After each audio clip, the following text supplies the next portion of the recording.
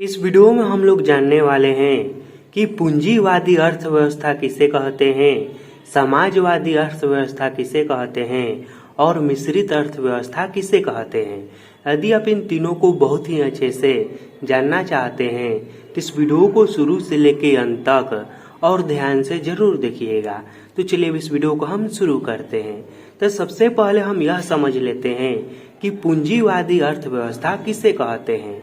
तो देखिए, पूंजीवादी अर्थव्यवस्था एक ऐसी आर्थिक प्रणाली है जिसमें उत्पत्ति के सभी साधनों पर निजी व्यक्तियों का स्वामित्व व नियंत्रण होता है तथा आर्थिक क्रियाओं का संचालन निजी हित व लाभ प्रेरणा के उद्देश्य से किया जाता है। देखिए, इसे और भी आसान भाषा में हम इस तरह से समझ सकते हैं कि पूंजीवादी अर्थव्यवस्था ऐसी अर्थव्यवस्था है जिसमें उत्पादन के सभी साधनों पर नियंत्रण एवं स्वामित्व किसी निजी व्यक्ति के हाथ में होता है, उसे ही पूंजीवादी अर्थव्यवस्था कहते हैं। और इस प्रकार की अर्थव्यवस्था न अमेरिका जैसे देशों में है।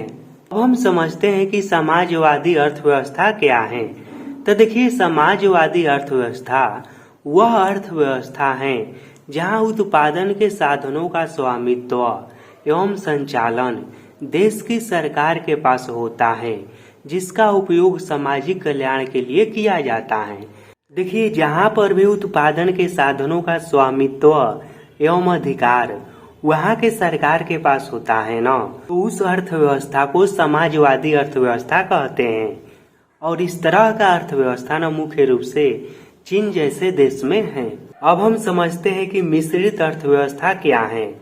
तो वैसी अर्थव्यवस्था जिसमें पूंजीवादी एवं समाजवादी दोनों प्रकार की अर्थव्यवस्था हो, उसे ही मिश्रित अर्थव्यवस्था कहते हैं। मिश्रित अर्थव्यवस्था किसे कहेंगे? तो वैसी अर्थव्यवस्था जहां पर पूंजीवादी अर्थव्यवस्था भी हो और समाजवादी अर्थव्यवस्था भी हो, उसे ही मिश्रित अर्थव्यवस्था कहेंगे। और इस तरह का अर्थव्यवस्था न हमारे देश में है, यानी कि भारत में है।